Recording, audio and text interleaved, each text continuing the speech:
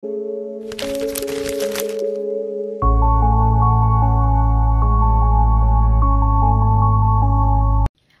dias, amigos! Ngayong araw, ating babalikan ang buhay ng isang Pilipinong bayani at isa sa pinakatanyag na tagapagtaguyod ng pagbabago sa Pilipinas noong panahon ng pananakop ng mga Kastila. At isa sa mga kinikilala bilang isang pangbansang bayani ng Pilipinas na si Dr. Jose Rizal. Sa kabanatang ito, ating tutuklasin ang kanyang kapanganakan, pagbibinyag at ang mga pangalang ipinagkaloob sa kanya. Sa araling ito, nakita natin ang istorya ng buhay noong bata pa lamang si Rizal.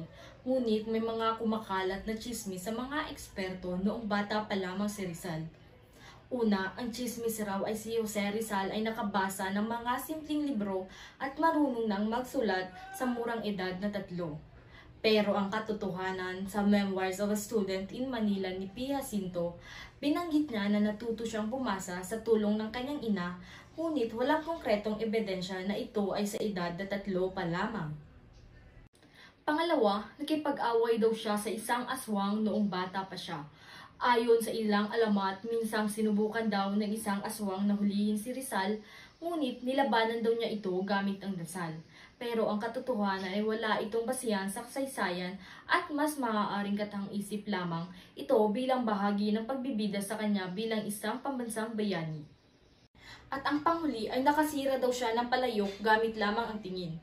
Dahil may kwento raw na habang galit si Rizal sa kanilang katulong ay napatangin lang siya sa isang palayok at ito ay sumabog.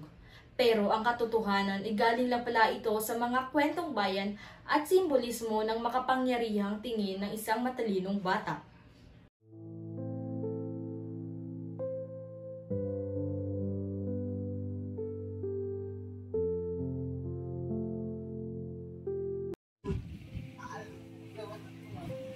Nakasan mo loob mo, Pepe. Malayo pang mararating.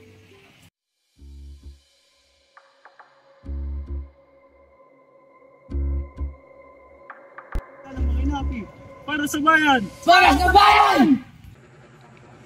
Si Narcisa o Sisa, ang pinakamatulungin, isinangla ang kanyang mga alahas para matustusan ang pag-aaral ni Pepe. Para kay Pepe, bawat salita mo, bawat sakripisyo, sulit.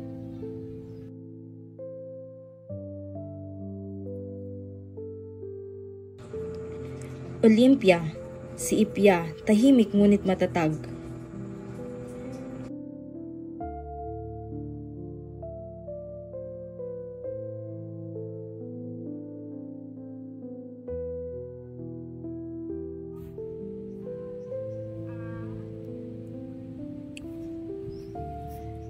Habang may buhay, may pag-asa.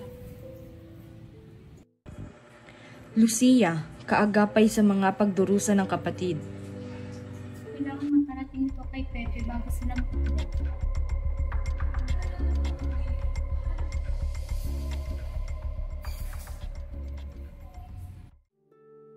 Maria, si Biang, malapit ang loob kay Rizal.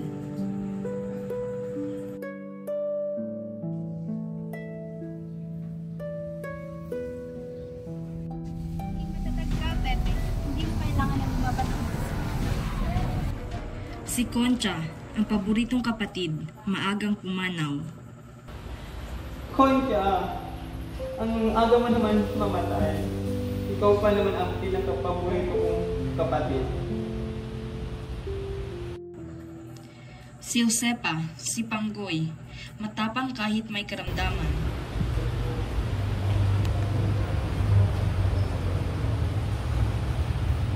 Ang tuloy na tama, hindi nakukuha sa lakas ng katawan.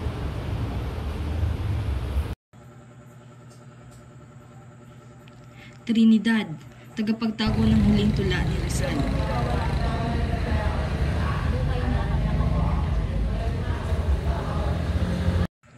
At ang pinakabata, si Soledad, Choleng.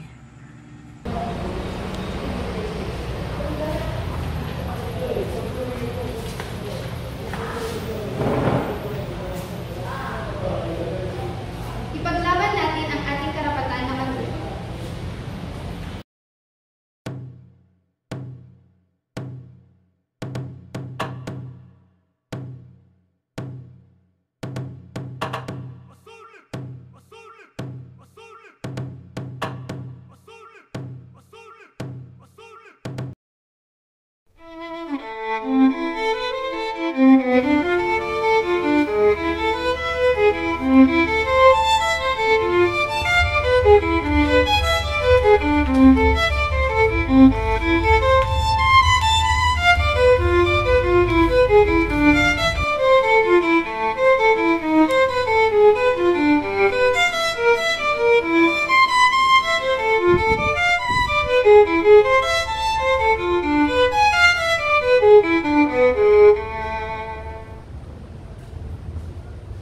Sa murang edad na 3, si Jose Rizal ay nagsimula ng hubugin sa karunungan. Ang kanyang ina, si Doña Teodora, ang kanyang kauna-unahang guro. Encuentro aquí las respuestas poder ng Duterte. Nasaan ang tamang sagot dito? Linhay ko, Pepe. A para sa ama. Ngayon naman, o ito, alin sa sumusunod ang tamang tanong niya ito? B. Bayan. Linhay ko, Pepe. Tandaan mo, mahalin mo ang iyong ama. Pero higit sa lahat, mahalin mo rin ang iyong bayan. Bilang isang matalinong babae, tiniyak ni Doña Teodora na matututo si Jose hindi lamang sa pagbabasa at pagsusulat, kundi maging sa tamang asal at pananampalataya. Araw-araw, sa tahanan nila sa Calamba, ipinapasa ni Teodora ang yaman ng kaalaman, pananampalataya at pagmamahal sa anak na magiging ilaw ng bayan.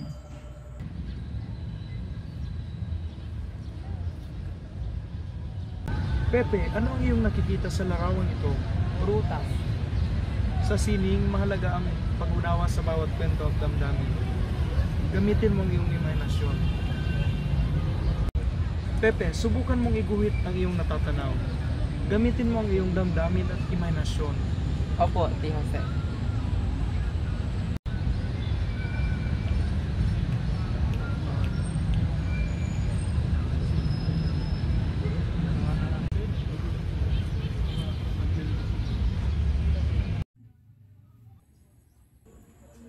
Sa kalikasan naman siya hinubog ng kanyang tiyo Manuel, sa lakas ng katawan at tapang ng loob.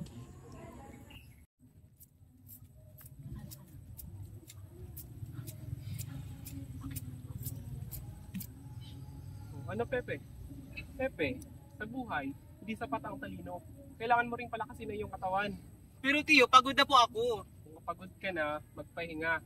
Pero wag kang susuko. Hindi ka na, sumakay ka na kay Castiano.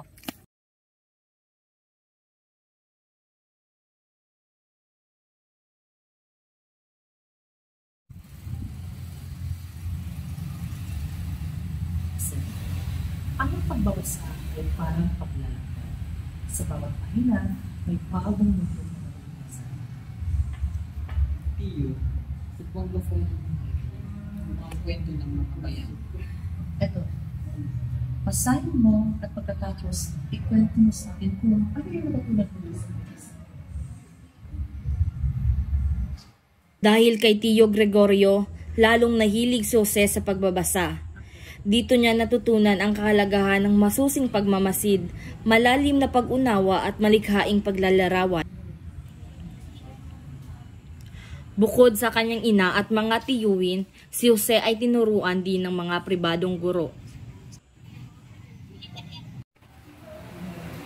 Kasi, ulitin mo sasabihin mo, ako ay isang masipag na mag-aaral. Ako ay masipag na mag-aaral. Kasi anong dapat gawin pag may kasalanan? Pagkumbaba at humingi ng tawad. Ilang babae yung may lima, dumating pang tatlo. Walang suko.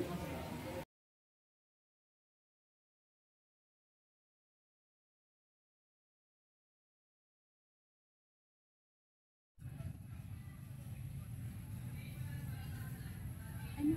Bakit ka nag-iisa?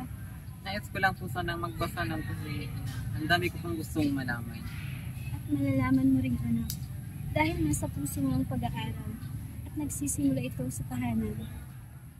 Sa murang edad pa lamang, si Jose Rizal ay lumalago sa karunungan mula sa tahanan, sa bukirin, sa silid-aklatan at sa mga aral ng kanyang pamilya at mga guro. Isang batang hinubog ng pagmamahal at katalinuhan. At dito, nagsimula ang di malilimutang paglalakbay ni Jose Rizal mula sa tahanan ng karunungan tungo sa pagiging isang bayani ng bayan. Sa murang edad pa lamang, si Jose Rizal ay nagpapakita na ng katalinuhan, kabutihang loob at malasakit sa kapwa. Mula sa kanyang kabataan, natutunan natin na ang tunay na kadakilaan ay nagsisimula sa simpleng paggalang sa magulang, masidhing pagnanais na matuto at pagtulong sa kapwa kahit sa maliit na paraan. Mag-iiwan ako ng kasabihan na ang batang may pangarap, may disiplina at may puso para sa bayan ay magiging ilaw ng kinabukasan.